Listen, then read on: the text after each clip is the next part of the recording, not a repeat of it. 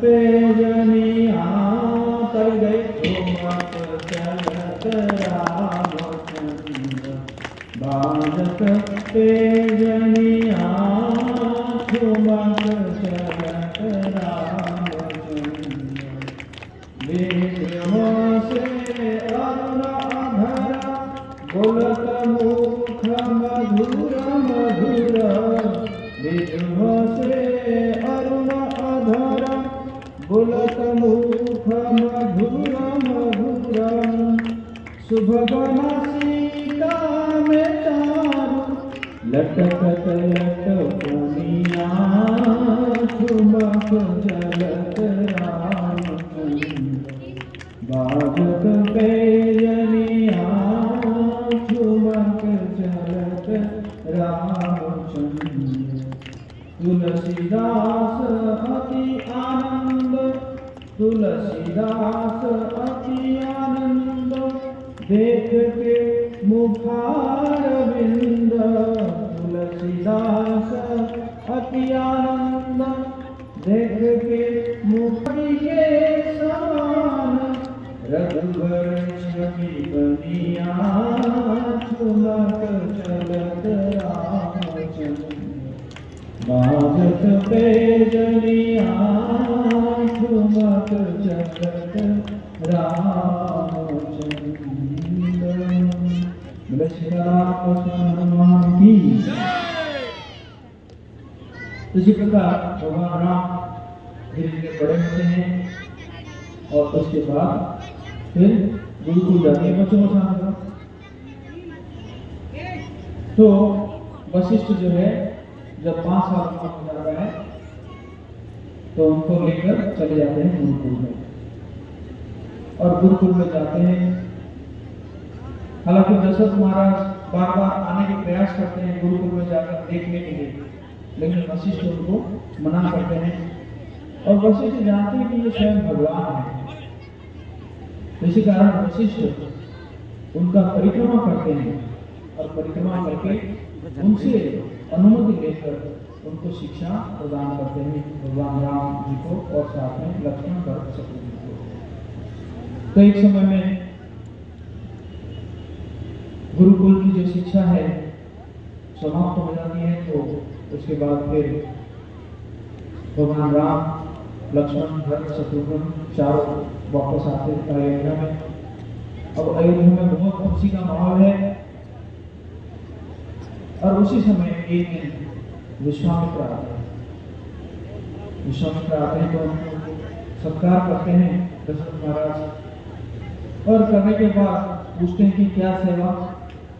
तो दशरथ विश्वामित्र कहते हैं कि देखो मैं एक बहुत बड़ा यज्ञ कर रहा हूँ, शांति यज्ञ। लेकिन जब भी मैं यज्ञ करने जाता हूँ और उस समय ये 2 असुर है मारीच और बासुबा, वो दोनों आके मेरे यज्ञ को भंग कर देते हैं। इसलिए मैं चाहता हूँ कि आपके पुत्र राम वो मेरे साथ रहे और क्या करे, उस यज्ञ को वो सुरक्षा दे। इतना जब कहते हैं दशरथ महाराज अपने सिंहासन से गिर जाते हैं। सिंहासन से गिर जाते हैं, मूर्छित हो जाते हैं। तो फिर उठते हैं, फिर मूर्छित हो जाते हैं। और ऐसे करते करते क्या होता है कि फिर उठ के कहते हैं कि नहीं, आप मुझे मांग लीजिए, मैं चलने के लिए तैयार हूँ आपके साथ। मेरा सारा सैन्य चलेंगे आपके साथ। लेकिन मैं नहीं चाहता हूँ कि मेरे पुत्र राम वो तो कुछ जानता ही नहीं है, अब तो बहुत छोटा है, अब तो अस्त्र उठाए नहीं कभी।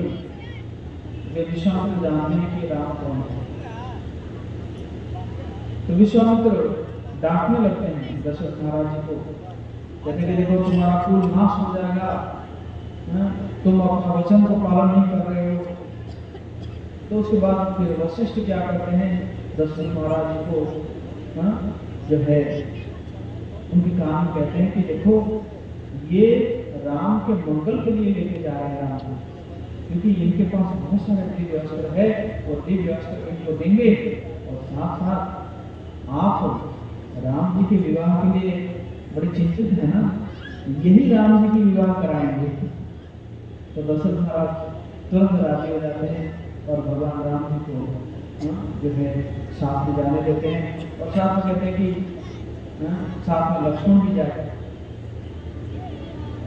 तो राम लक्ष्मण दोनों विश्वामित्र के साथ चलते हैं और कई जगह होते हुए,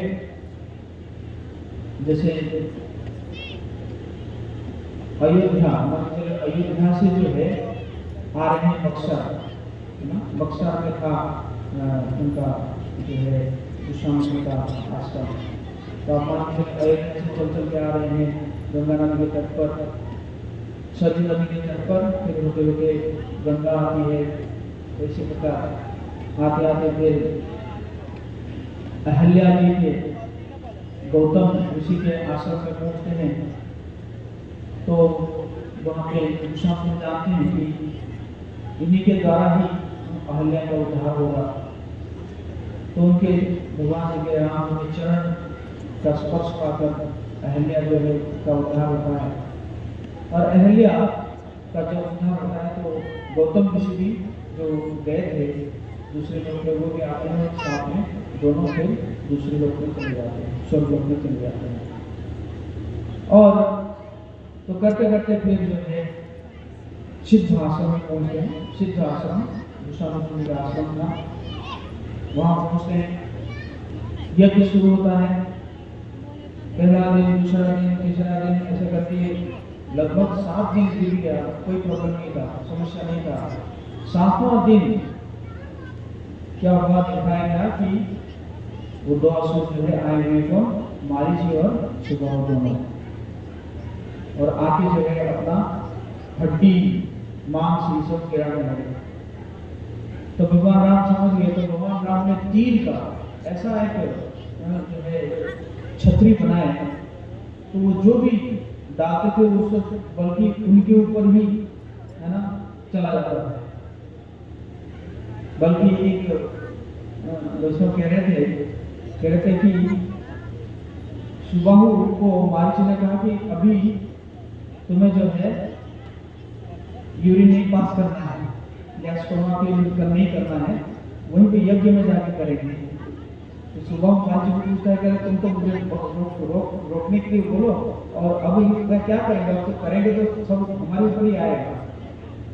तो जो भी है, उसके बाद फिर भगवान राम जो है एक तीर मारते हैं सुबाहु को, तो सुबाहु वहीं पे मर जाता है। और एक तीर मारते हैं मारीची को, तो मारीची जाके दूर एक आयरलैंड में गिरता है, जिसका नाम आज क्या है, मॉरिशस है।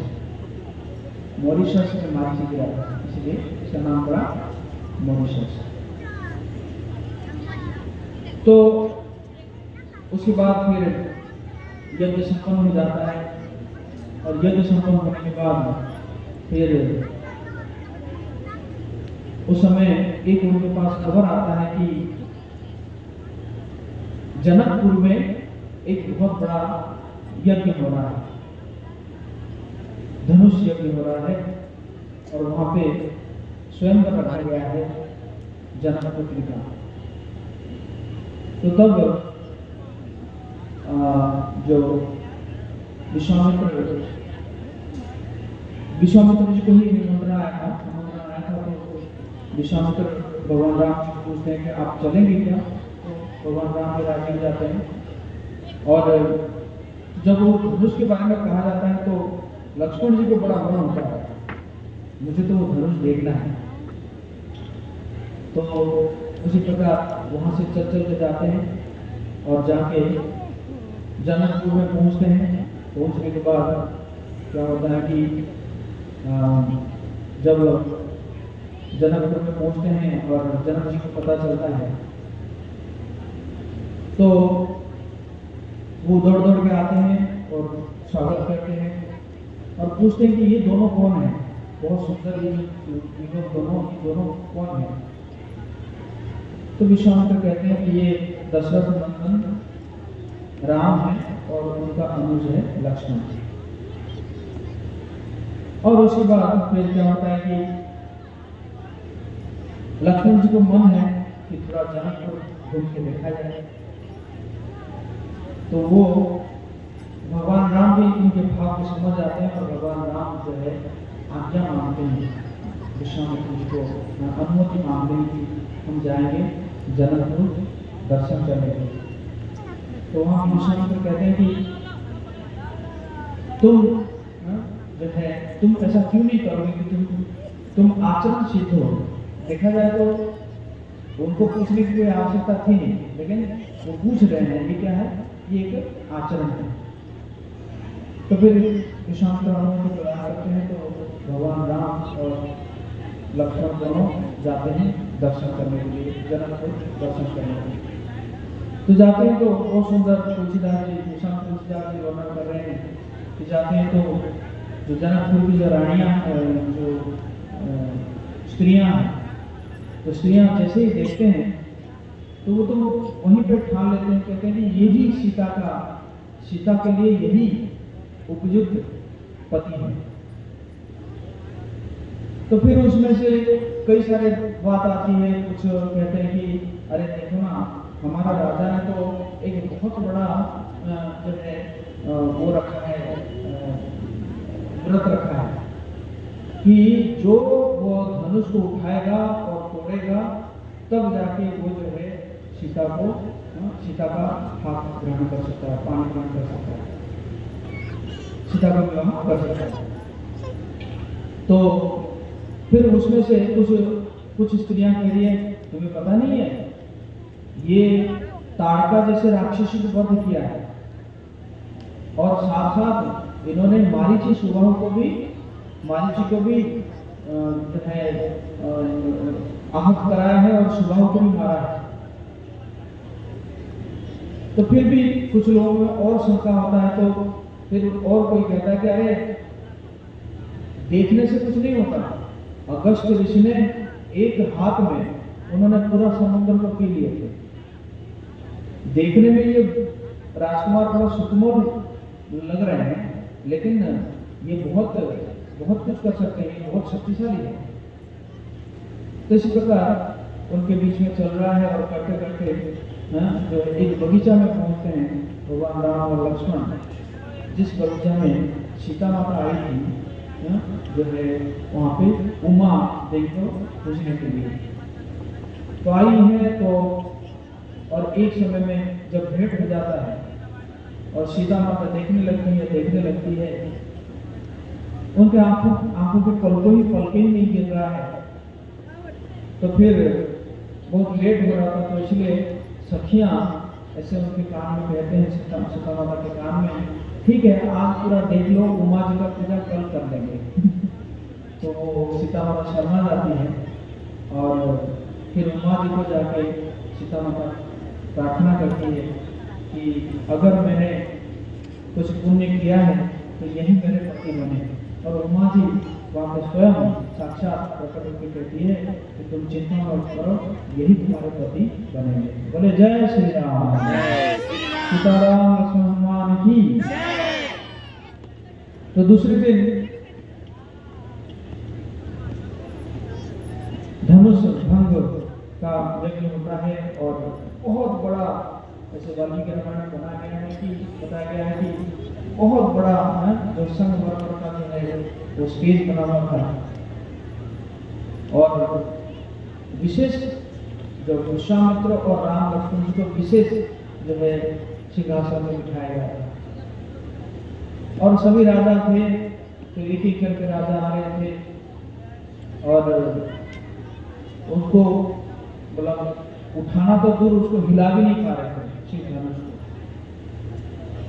देखा जाए तो ये ऐसा शब्द क्यों रखे थे जो जनक राजा जनक। ऐसा होता है, कथा आता है कि बचपन में जो एक्चुअली वो जो धनुष है, वो धनुष को ऐसे लोग उठा नहीं पा रहे थे। वो धनुष जो है एक कह सकते हो कि एक रथ के ऊपर था और उस रथ में जो है चक्का लगा हुआ था और उस रथ को जो है 400 लोग उसको धकेल के वो धनुष को जो है लेकर जाते थे, करते थे। तो मान के चलिए कितना वजन होगा। तो सीता माता बचपन में एक बार क्या हुआ, उनका ना फूल तोड़ना था, तो वो थोड़ा सा ऊंचा था और सीता माता आसानी से उस धनुष को उठाई और उठा के जो है फूल तोड़ रही थी। तो सभी लोग आश्चर्य हो गए और दौड़ दौड़ के जो है जनक जी को कहने लगे कि देखो सीता जो है वो क्या कर रही है, फूल तोड़ रही है धनुष को उठा के। जनक जी का पागल हो गया, नहीं आप खुद आके देखिए। और जनक जी जाकर देखते सही में उनके बुजुर्ग ने क्या किया है, वो धनुष को उठा के फूल तोड़ रही है। तो उसके बाद में आराम से वो धनुष रख के वो माता चली जाती है। तो इसी कारण जनक ने कहा कि मेरी पुत्री अगर धनुष को उठा रही है, इसका मतलब उसका वर भी ऐसा होना चाहिए कि जो भी कम से कम धनुष को तोड़ सके। इसी कारण हमने ऐसे शर्त रखा। और देखे कि एक एक करके राजा आए और ऐसे करके चले जाते थे। मतलब देखा जाए तो उस सभा में रावण उपस्थित थे और रावण से भी नहीं उठा या वो भी अपमान होकर चला जाता है। तो फिर जब जनक जी कहते हैं कि ऐसा लगता है कि जैसे ये धरा वीर शून्य हो गया है, तो ये बात अच्छा नहीं लगता लक्ष्मण जी को। और लक्ष्मण जी क्या करते हैं कि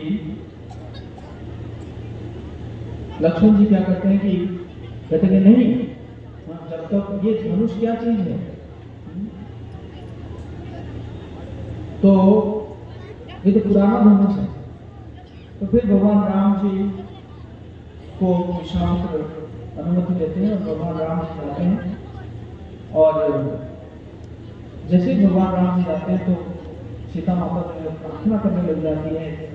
और सभी जो स्त्रियां हैं वो चाहती तो है भगवान राम जो है सीता का वर बने, लेकिन डर है कहीं अगर ना हो तो, इसलिए सभी प्रार्थना कर रहे हैं।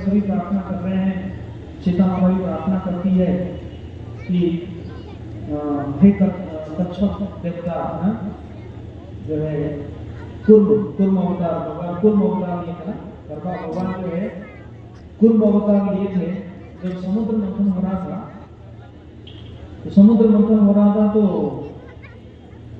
जो मथने के लिए मंदार पर्वत को लेकर आया गया और जैसे मंदार पर्वत को रखे वो दब गया था समुद्र में। अब उसके लिए बेस चाहिए, धारण कौन करेगा, तो भगवान जो है वहां पे कुर्म अवतार लिए। और कुर्म अवतार लेने के बाद तो उनके ऊपर क्या किया गया, उस मंदार पर्वत को रखा गया और रख के जो है वो मंथन किया गया। तो जब मंथन किया गया तो क्या हुआ कि अब मान लीजिए मंदार पर्वत वो क्या हो रहा है कि भगवान के कुर्म अवतार उनके पीठ के ऊपर घसीटा जा रहा है। तो भगवान जी को कैसा लग रहा है, भगवान को ऐसा लगा कि कोई मुझे खुजली कर रहा है। और भगवान कुर्म अवतार जो है उनको नींद आ रही है।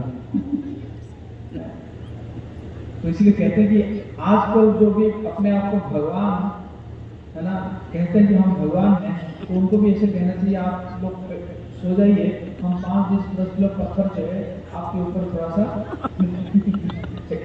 मत्थे देखते हैं कैसे आपको कैसे लगेगा आपको। तो सीता माता कुर्म भगवान जी को जो है वो प्रार्थना करती है कि आप जैसे इतना जो है हल्का कर दिए मंदार पर्वत को, उसी प्रकार आप जो क्या कीजिए एक धनुष को भी हल्का कर दीजिए ताकि जो है राम जी उसको उठा पाए। तो सभी प्रार्थना कर रहे हैं और मन में सब एकदम उनका गुस्सा है जनक राजा के ऊपर कि ऐसा कैसे शर्त रख दिया। लेकिन जो भी है भगवान राम गए और सीता माता को देखे और सीता माता को देखे कि वो देख ले कि उनकी आंखों में जो थोड़ी चिंताएं हैं, तो समझ गए। तो वो कहे कि नहीं अब तो मुझे जल्दी कर देना चाहिए, क्योंकि हो सकता है कि थोड़ी देर में सीता जी का प्राण निकल जाएगा, तो मुझे जल्दी कर देना चाहिए। तो भगवान ने खेल में ही उसको उठाए और उठा के उस धनुष को भगवान जो है तोड़ डाले। बोले जय श्री राम। धनुष जैसे ही टूटा तो जब जितने भी राजाएं थे तो राजाएं ही वो जो धनुष की आवाज से, टूटने की आवाज से ही गिर पड़े, हाँ गिर पड़े, है ना, कुर्सी से गिर पड़े। तो बहुत खुशी का माहौल है। और लेकिन कुछ अपशकुन दिखने लगा।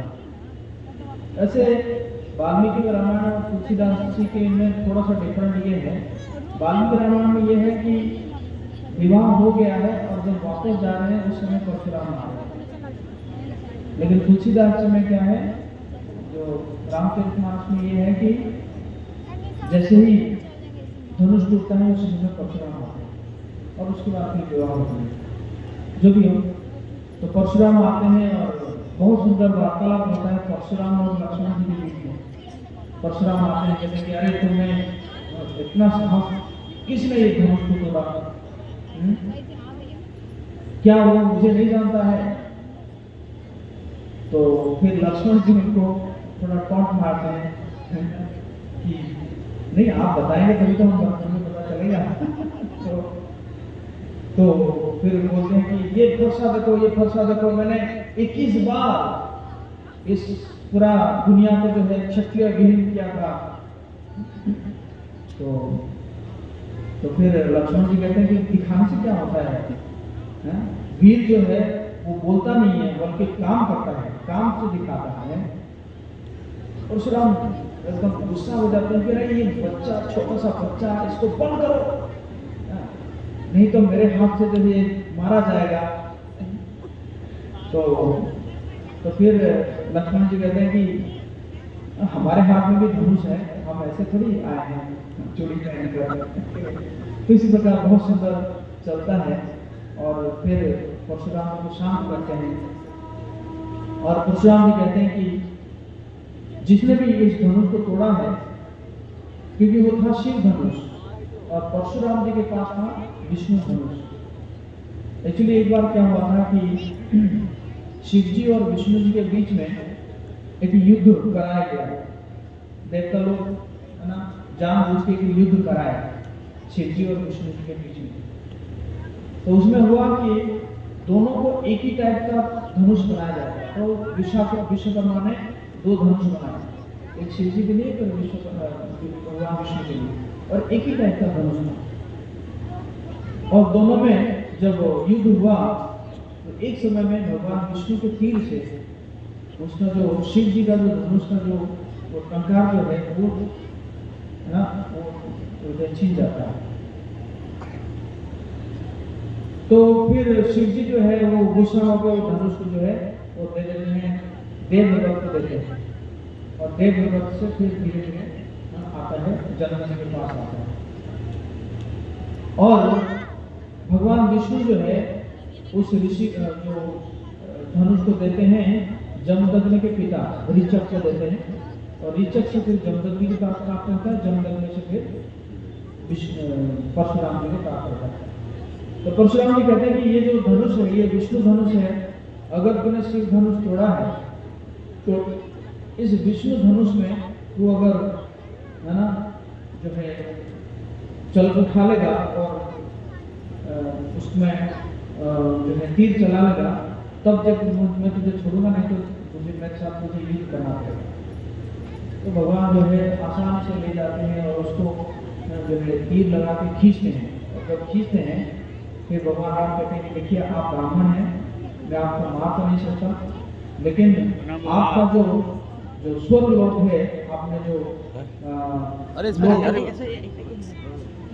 जो लोक अर्जित किया है उस लोक को मैं नष्ट कर दूंगा।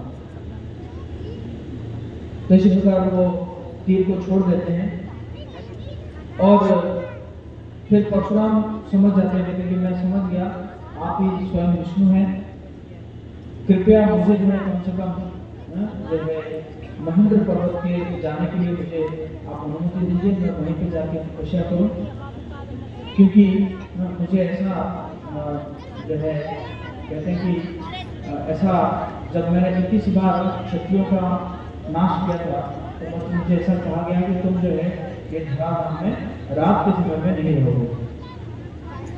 तो इसी प्रकार परशुराम चले जाते हैं और फिर दशरथ महाराज जी को आमंत्रण जाता है। दशरथ महाराज को एक खुशखबरी पहुंचाया जाता है कि राम जी का विवाह वहाँ पे संपन्न होगा।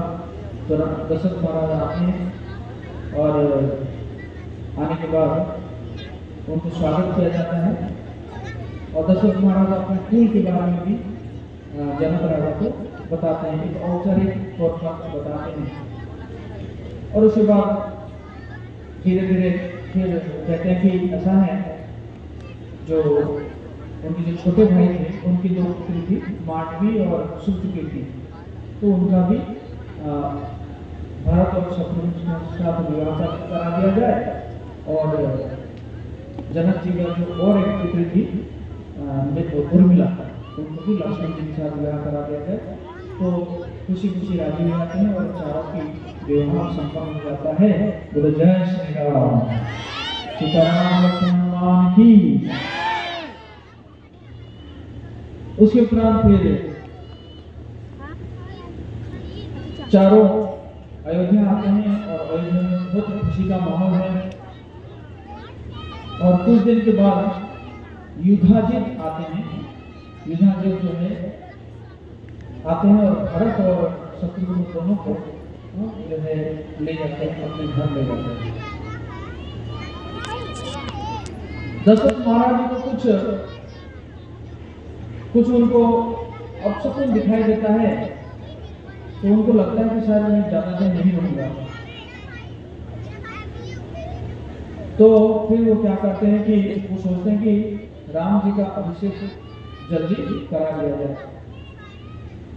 फिर उन्होंने राजसभा बुलाते हैं। राजसभा में प्रश्न करते हैं कि मैं बुरा हो गया हूँ, धर्म अर्थ काम तो हो गया है, अब मैं मोक्ष के लिए प्रयास करूंगा। तो इसी कारण मैं चाहता हूं कि राम को का जो है राज्याभिषेक कर दिया जाए। तो खुशी खुशी सब राजी हो जाते हैं। और फिर दशरथ महाराज भगवान राम जी को बुलाते की खबर देते हैं और कहते हैं कि आज तुम्हें उपवास रखना होगा। राम जी ये समाचार लेकर कौशल्या माता को देते हैं। कौशल्या माता बहुत प्रसन्न है। फिर सीता जी को भी खबर मिलता है और पूरे राज्य में एकदम उत्सव का माहौल है। झुंड के झुंड लोग जो है गा रहे हैं, नाच रहे हैं। तो छत के ऊपर से मंथरा देखती है। एक्चुअली मंथरा जो है, मंथरा भी एक अप्सरा है। उस अप्सरा को, मंथरा का एक्चुअली देखा जाए कोई वो नहीं था, कोई कुल नहीं था उसका, कौन माता कौन पिता कुछ पता नहीं था। उसको एक्चुअली देवता लोग ही भेजे थे कि काम बिगाड़ने के लिए। हाँ, तो मंथरा भी एक अप्सरा है। तो मंथरा जो है देखती है कि ये क्या हो रहा है। वो जो राम जी के जो भाई है उसको पूछती है कि क्या चल रहा है। तो राम जी के भाई कहते हैं कि तुम्हें पता नहीं है, कल राम जी का अभिषेक हो रहा है। तो उसका हृदय जलने लगता है। दौड़ के जाते हैं कैकेयी के पास और कैकेयी के पास जाती है तो देखती है कि कैकेयी जो है अपने झूला में आराम से झूल गई है। तो जाके डांटने लगती कि अरे मूर्ख, है ना, तुझे कुछ पता नहीं है, तेरे विरुद्ध में कितना षड्यंत्र रचाया गया है। तो उठी कि देखिए क्या हो गया, कुछ नशा वशा ले लिया। तो कहते कि देखो राम का कल राज्य हो रहा है। तो कैकेयी माता बहुत प्रसन्न हो जाती है। तुरंत एक माला जो है उठा के मतलब लेके दे देती है मंथरा के गले में। और मंथरा तो माला को फेंक देती है। तो कैकेयी भी समझ नहीं पाता। उसके बाद फिर वो विष भरने लगती है कैकेयी के हृदय में कि देखो राम राजा बन जाएगा, वो राजमाता बन जाएगी कौशल्या, और तुम्हें तो एकदम, तुम्हें और भरत जी का तो एकदम निकाल देंगे, वन जंगल भेजेंगे। तो इसी प्रकार जब 20 बढ़ने लगती है तो धीरे धीरे कैकेयी जो है वो भी कन्विंस हो जाता है और कैकेयी कहती है अब मैं क्या करूं तू बताओ तो फिर मंथरा कहती है कि तुम्हें पता है कि एक बार जब दशरथ महाराज युद्ध कर रहे थे असुर के साथ, हालांकि उन्होंने विजय हासिल की थी लेकिन बहुत घायल हो गए थे और अचेत हो गए थे और तुमने उनकी सेवा की थी और उस समय उन्होंने 2 वरदान तुम्हें मांगने के लिए कहे थे और तुमने कहा था कि बाद में मांगूंगी। तो उसी में एक वरदान तुम्हें मांगना है कि राम को 14 साल का वनवास और दूसरा वरदान में तुम्हारे पुत्र भरत को राज्याभिषेक। तो कैकेयी बहुत प्रसन्न हो जाती है, फिर मंथरा का गुणगान करने लगती है कि तुम बहुत सुंदर हो। एक्चुअली मंथरा का वो निकला था ना, खूब जाने जाता है तो मैं भरत राजा बन जाएगा तो मैं जो है तुम्हारी पूजा में अलंकार बनाऊंगी, चंदन लेप करूंगी, इसी प्रकार कहने लगती है। जो भी है फिर मंथरा पहुंचाती है कैकेयी को मान भवन में और फिर बाद में दशरथ महाराज जब कैकेयी को ढूंढते आके पहुंचते हैं मान भवन में तो देखते हैं कि कैकेयी सोई हुई है, नीचे पड़ी हुई है, एक वस्त्र पहनकर, सारे अलंकार जो है बिखरा हुआ है। तो पूछते हैं कि क्या हुआ है। देखो राम के अलावा मैं अगर किसी को प्रेम करता हूँ, इतना प्रेम करता हूँ तो तुम्हें प्रेम करता हूँ, तुम बताओ। तो फिर कैकेयी जो है उनको कहती है कि तुम आप शपथ लीजिए कि मैं जो मांगूंगी आप मुझे दोगे। तो फिर वो दशरथ महाराज पूरा सारे 12 आदित्य सबको लेकर शपथ करते हैं कि तुम जो भी मांगोगे मैं तुम्हें दूंगा। तो फिर कैकेयी अपना दोनों वर मांगती है तो दशरथ महाराज मूर्छित हो जाते हैं, बार बार उठते हैं फिर मूर्छित हो जाते हैं, उनको विश्वास नहीं होता कि ऐसा कोई कह सकता है। फिर बार बार वो कहते हैं कि देखो कैकेयी तुम्हारा बेटा राजा होने कोई दिक्कत नहीं है, लेकिन राम को तुम क्यों भेज रहे हो, वनवास क्यों भेज रहे हो 14 साल का। एक्चुअली उस समय जो 14 साल वनवास भेजा जा रहा था तो वो बहुत बड़े बड़े क्रिमिनल, बहुत बड़े बड़े आतताई को भेजा जा रहा था, मतलब ऐसे किसी को नहीं भेजा जा रहा था। उन्हीं के कुल में एक राजा का बेटा था जो कि बचपन में बहुत सारे उनके मित्र को मार देता था, तो उसको भिजाया गया था ऐसे जो 14 साल का वनवास उसको दिया गया था। जो भी है ये तो सुना ही है। अब दशरथ महाराज नहीं उठ रहे हैं, वैसे नीचे ही पड़े हुए हैं, पलंग के ऊपर नहीं, नीचे ही पड़े हुए हैं और कैसे कैसे करके भगवान राम के पास खबर पहुंचता है। सुबह हो जाता है तो भगवान राम आते हैं और देखते हैं कि ऐसे पिताजी पड़े हुए हैं। फिर कैकेयी माता कहती कि वो कह नहीं पा रहे हैं तो उन्होंने ऐसे वरदान मांगा था और मैंने बेटा मांगा और भगवान राम खुशी खुशी चले जाते हैं और जाने के बाद फिर कौशल्या माता कहते हैं कि मुझे बन जाना है। कौशल्या माता बहुत दुखी हो जाती है और उसके बाद फिर क्या होता है कि जो सीता माता वो भी कहती है कि मैं भी चलूंगी, लेकिन भगवान राम उसको बहुत समझाने का प्रयास करते हैं कि नहीं, जंगल में बहुत सारे पशु होंगे और जानवर होंगे और बहुत रास्ता बहुत काटिला होगा, कभी कुछ खाने के लिए मिलेगा नहीं मिलेगा, सर्दी गर्मी, इसमें तुम कैसे रहोगे। लेकिन सीता माता बहुत ही जो है अनुरोध करती है, प्रार्थना करती है। गोस्वामी तुलसीदास जी लिख रहे हैं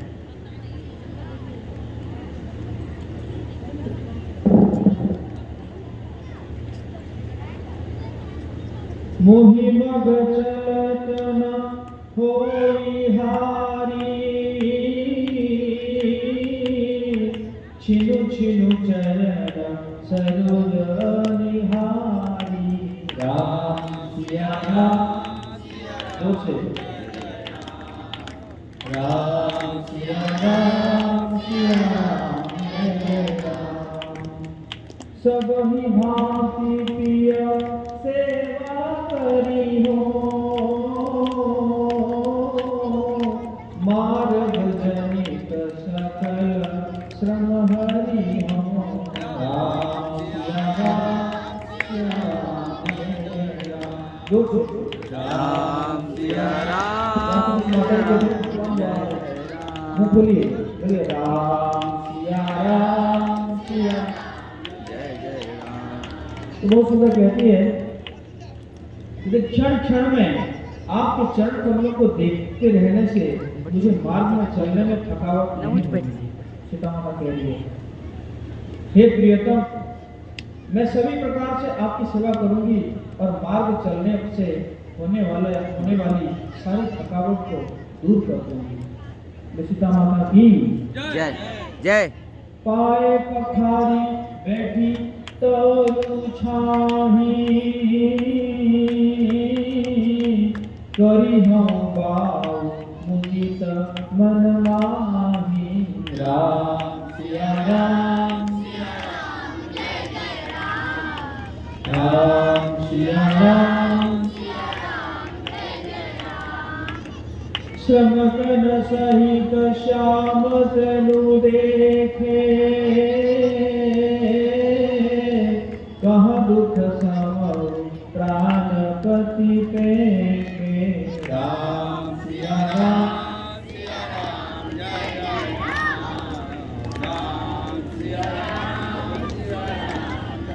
करके आपके पेड़ को धोकर पेड़ों की छाया में बैठकर मन में प्रसन्न होकर हवा करूंगी अर्थात पंखा करूंगी। पसीने की बूंदों से श्याम शरीर को देखकर प्राणपति के दर्शन करते हुए दुख के लिए मुझे अवकाश ही कहाँ रहेगा। सीता माता की जय। सममहि तृण तरुपल्लव दासी, पाय पलटी सबनी सी दासी। राम सिया राम बोलो राम सिया राम जय जय राम। बार बार मृदु मूर्ति जोही, लागी तात दयारी नमोहि। राम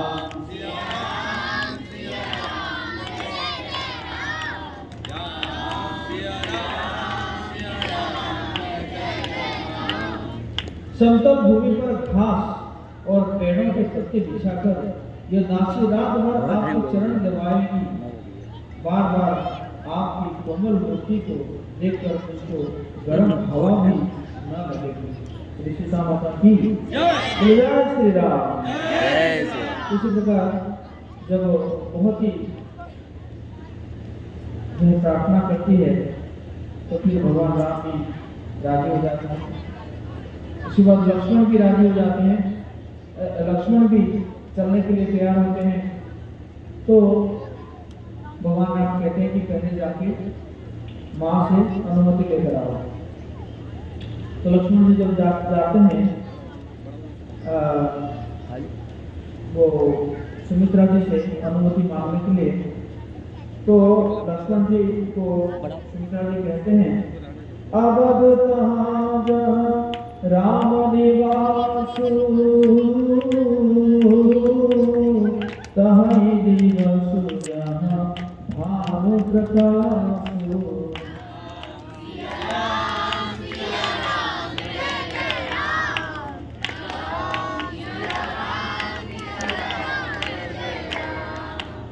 जो पेशिया राम बन जाही, अवध तुम्हारा काज कुछ नाही। राम सिया राम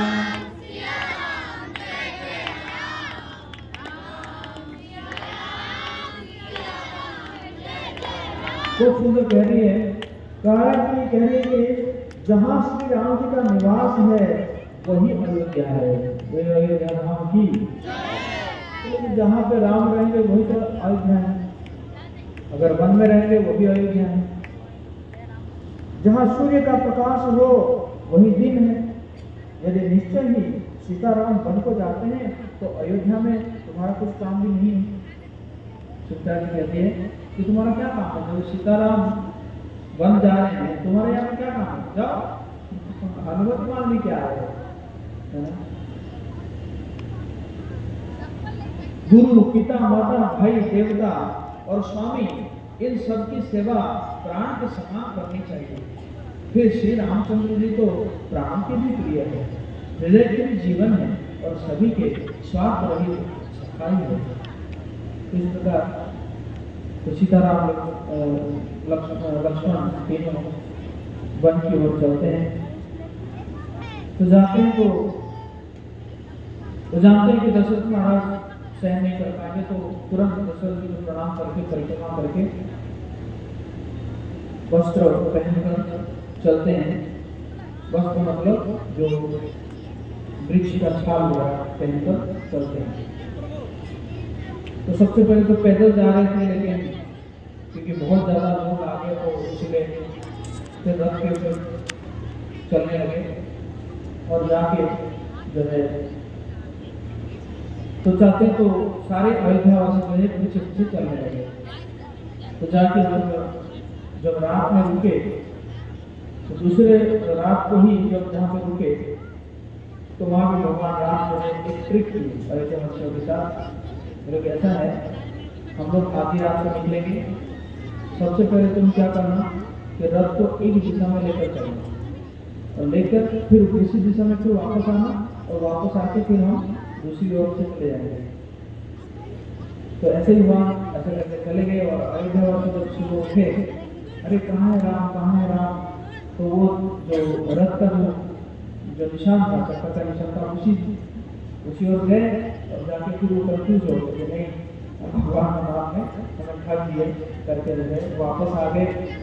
और जब वो अयोध्या में वापस आते हैं तो उनकी जो पत्नियां हैं वो बहुत गाली गलौज करती हैं, नालायक कहेंगे, राम के साथ में तुम लोग नहीं जा पाए, वापस आ गए। तो इसी प्रकार जो है, और यहाँ पे जब दशरथ महाराज कैकेयी को परित्याग कर देते हैं और कौशल्या के भवन में जाते हैं और फिर उनको वो याद आता है। कितना समय कथा करेंगे? 5 मिनट, ठीक है। तो इसी बात में क्या होता है कि दशरथ महाराज को एक उनका लीला स्मरण आता है कि एक समय में वो एक शब्द भेदी बाण का प्रैक्टिस कर रहे थे और मतलब कहीं पे अगर शब्द हो रहा है तो उस शब्द को करके वो क्या करेंगे, वो तीर को मार देंगे। तो इसी प्रकार उनको एक आवाज आया कि कहीं पे शब्द का आवाज आया तो उनको लगा कि कोई हिरण पानी पी रहा है, तो उन्होंने तीर मारे, लेकिन वो तीर जो है जाके एक ऋषि पुत्र को लग जाता है। तो ऋषि पुत्र को लग जाता है, चित्कार करते हैं। तो फिर राजा जाके देखते हैं, दशरथ महाराज जाके देखते हैं कि वो तो ऋषि पुत्र था। और फिर तो उन्होंने कहा कि मेरे माता पिता अंधे हैं, उनके लिए मैंने पानी लेने के आया था, तो मैं जब मर जाऊंगा तो आप जो है कम से कम जाके उनको पानी पिला दीजिएगा। तो दशरथ महाराज फिर वो कहते हैं कि मुझे बहुत दर्द हो रहा है, आप इस तीर को निकाल दीजिए। तो जैसे ही तीर निकालते हैं तो वो मर जाते हैं। और उसके बाद फिर उनके पिता माता के पास जब जाकर पानी लेके पहुँचते हैं तो पिता माता को सोचते हैं कि शायद उनके पुत्र आए, लेकिन दशरथ जी कहते हैं कि नहीं, मेरे हाथ से वो मारा गया है और मैं दशरथ हूँ। तो फिर वो लोग भी जो है वहीं पे बिना पानी पिए शरीर छोड़ देते हैं और वो लोग श्राप देते हैं कि देखो, हम लोगों ने जैसे अपने पुत्र के वियोग में हमारी जब मृत्यु हो रही है तो तुम भी उसी वियोग को जो है प्राप्त करोगे। तो वही उनको दशरथ महाराज को याद आ रहा है और बार बार राम राम राम राम कहते कहते दशरथ महाराज जो है वो अपना श्वास छोड़ देते हैं, प्राण छोड़ देते हैं। और फिर दशरथ महाराज को रखा जाता है, वशिष्ठ जी रखते हैं और खबर पहुंचाते हैं भरत जी के पास। तो भरत जी भी उस समय कुछ दुःस्वप्न देख रहे थे, वो भी रात को सपना देख रहे हैं कि मेरे पिताजी को जो है कहीं पे एक तेल जो है तेल पात्र में रखा जा रहा है। तो उसी प्रकार वो सपना देख रहे थे, वो उठ के बता रहे थे शत्रु को कि शत्रु देखो मैं ना बहुत बुरा सपना देख रहा हूँ। और उसी समय और दूध जाकर कहता है कि आपको जो है बहुत जल्दी बुलावा आया है, वशिष्ठ जी आपको बुला रहे हैं, आपको जल्दी अयोध्या में जाना है। तो भरत जी तो सोच ही रहे थे, भरत और शत्रु दोनों आते हैं वन में, लेकिन जैसे आते हैं देखते हैं कि अयोध्या जो एकदम सुनसान जैसे लग रहा है और कोई भी मतलब भरत जी को कोई देखता है तो दरवाजा बंद कर देता है। तो समझ नहीं आता, फिर वो कैकेयी माता के पास जाते हैं और कैकेयी माता जो है मतलब पूछते हैं कि मेरे पिताजी कहाँ हैं। तो कैकेयी कहती है कि तुम्हारे पिताजी तो चले गए। तो कैसे चले गए? तो मेरा भाई राम और सीता क्या कर रहे थे उस समय जब वो जा रहे थे? नहीं वो तो पहले से जंगल चले गए, वन चले गए। वन क्यों गए? तुम बैठो मैं सब बताती हूँ। और एकदम खुश हो गई वो बताती है। और भरत जी बहुत गुस्सा आता है, बहुत क्रोधित हो जाते हैं और कहते हैं कि पता नहीं क्या कर्म के कारण मुझे जो है तुझ जैसे माँ मिली। फिर भरत जी कौशल्या माता के पास जाते हैं और रात भर कौशल्या माता और भरत जी दोनों बैठ के जो रोने लगते हैं। और रात का फिर दशरथ जी का अंतिम संस्कार होता है। और अंतिम संस्कार होने के बाद फिर जब क्रियाक्रम हो जाता है तो फिर भरत जी क्या करते हैं, भरत जी को राजा वशिष्ठ कहते हैं कि आप जो है अब राज्य को संभालो। तो भरत जी इनकार कर देते हैं और भरत जी कहते हैं कि हम सब जाएंगे और जाके भगवान राम जी को वापस लाएंगे। तो बहुत सुंदर रास्ता बनाया जाता है क्योंकि सारे अयोध्यावासी आने के लिए आ रहे थे भरत जी के साथ। तो रास्ता बनाया जाता है, जगह जगह पे रहने के लिए व्यवस्था बनाया जाता है। और उसी प्रकार जो है सभी भरत जी, सारी रानियाँ सब जो है चलते हैं कहाँ पे? चित्रकूट की ओर।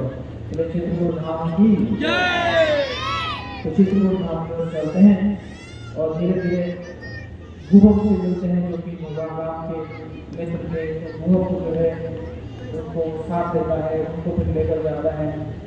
करते करते फिर भरद्वाज ऋषि के पास पहुँचते हैं और भरद्वाज ऋषि बहुत सुंदर बोलते हैं भरत जी को, कहते हैं देखो मेरा सारे पुण्य कर्म के कारण मुझे राम जी का दर्शन हुआ और राम जी का दर्शन का फल मुझे भरत जी का दर्शन हो रहा है। इसलिए भरत जी की मतलब भरत जी का चरित्र तो उतना सुंदर चरित्र है, त्याग का चरित्र है भरत जी का। तो फिर भरत जी पूछते हैं, हालांकि पहले लक्ष्मण जी को लगता है कि शायद भरत आया है जो है हमें मारने के लिए आया है, लेकिन उसमें आकाशवाणी होता है कि इतना जल्दी तुम्हें कुछ बात पर आना नहीं चाहिए, थोड़ा इंतजार करो। तो फिर भरत जी आते हैं, प्रणाम करते हैं और सारी रानियाँ भी आती है। उस समय जनक राजा ही बन जाते हैं और चलता है कि कैसे उनका कहना कि भगवान राम जी कहते हैं आप जाओ और भगवान जो है मैं पालन करूँ। तो भगवान राम कहते कि ऐसा थोड़ी होता है, तो जब मुझे दिया गया तो नहीं पालन करूँगा ना। तो बहुत प्रकार के जो तर्क चलता है। फिर आखिर में जो है आखिर में क्या होता है कि आखिर में फिर यही फैसला होता है कि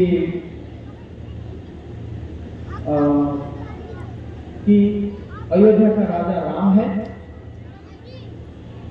लेकिन अभी वो नहीं जाएंगे, अयोध्या नहीं जाएंगे। और उनका खड़ाव को लेकर जो लक्ष्मण जी मानते हैं, उनको कम से कम आप अपना खड़ाव दे दीजिए, वही अभी राजा बनेंगे, 14 साल के वही राजा बनेंगे और मैं उनके सेवक बनके जो है सेवा करूँगा। तो उसमें भगवान राम राजी हो जाते हैं और खड़ाव दे देते हैं और बहुत सुंदर लिखते हैं, राम भक्त ले चला रे राम की निशानी, राम भक्त ले राम भक्त ले चला रे राम की निशानी, राम भक्त ले चला रे राम की निशानी, शीश पर खड़ा आँखियों में पानी, शीश पर राम भक्त ले चला रे राम की निशानी, राम भक्त ले चला रे राम की निशानी, राम भक्त ले चला रे राम की निशानी, राम भक्त ले चला रे राम की निशानी, ओ शीश पर खड़ा आँखियों में पानी,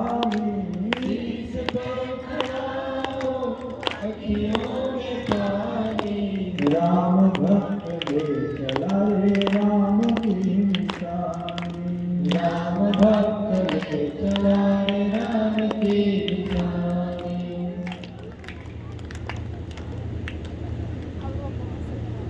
बोलो सीताराम लक्ष्मण हनुमान की जय, राम महामहोत्सव की जय, हरे कृष्ण प्रभुपाद की जय, बोल हरि हरि बोल। बहुत बहुत धन्यवाद करेंगे श्रीमान जगदीश श्याम प्रभु जी का, जिसने मुझसे जो है, मैं तो 2021 से लगातार रामायण सुन रहा हूँ और प्रभु जी इतना सुमधुर कथा करते हैं कि जैसे कि उस कथा में प्रवेश करवा देते हैं। तो प्रभु से आग्रह है कि अगला साल 2026 का पूरे 9 दिन का करेंगे कथा, और यहाँ पे हम लोग बैठ करके पूरा ये प्रांगण भरा रहेगा। तो कल सुबह की जो कथा होगी वो सुबह होगी 8 बजे से लेकर के 10 बजे तक चलेगा। फिर भगवान जी का अभिषेक होगा और 56 भोग लगेगा। फिर हम लोग प्रसाद पा करके भगवान के रथ को लेकर के मेला में घुमाएंगे और फिर वापस मंदिर प्रांगण लाएंगे। अतः आप सब लोग से निवेदन है कि कल सुबह 8 बजे आकर के राम कथा का आनंद लें। और प्रभु जी का बहुत बहुत धन्यवाद करते हैं।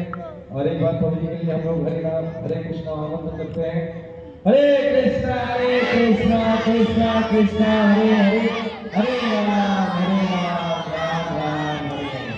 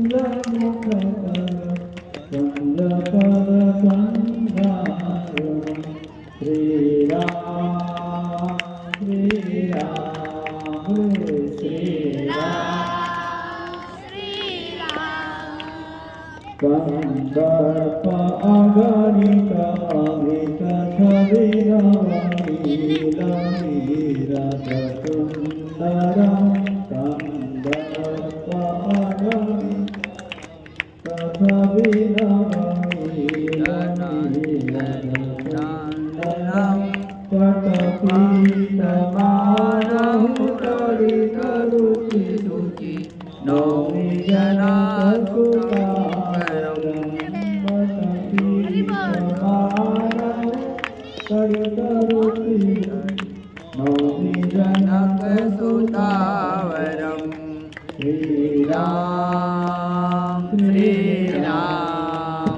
श्री राम भजो दीनबन्धु दिनेश दानव दैत्यवं शनिकन्दनं रघुनन्दनानन्दकन्दकौसर चन्द्रदशरथनन्दन श्रीराम श्रीराम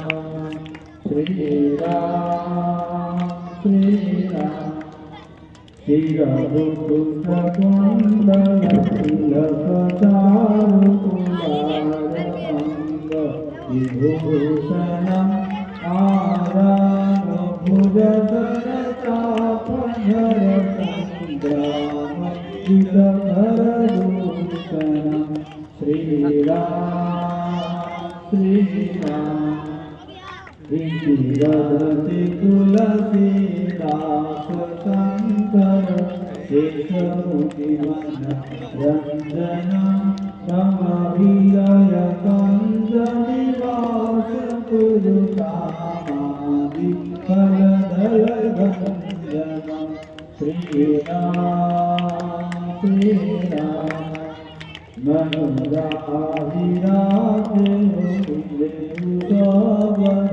सहज सुन्दर सादुरं करुणामयनाम सुदाकरुण स्नेहदानकराव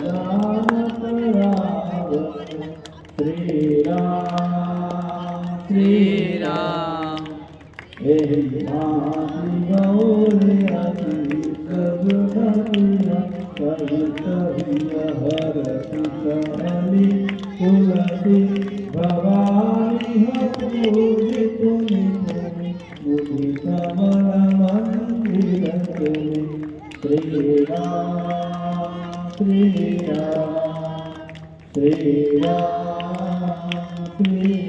बोलो श्रीराम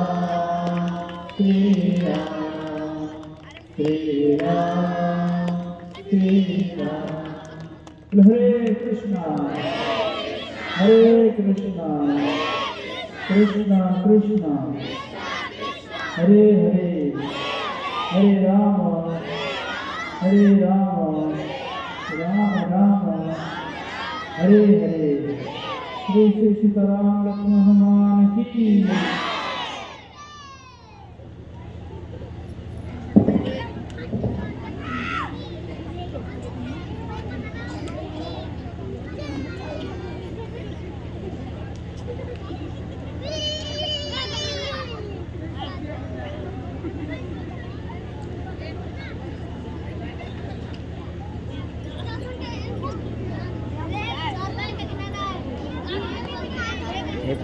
भाई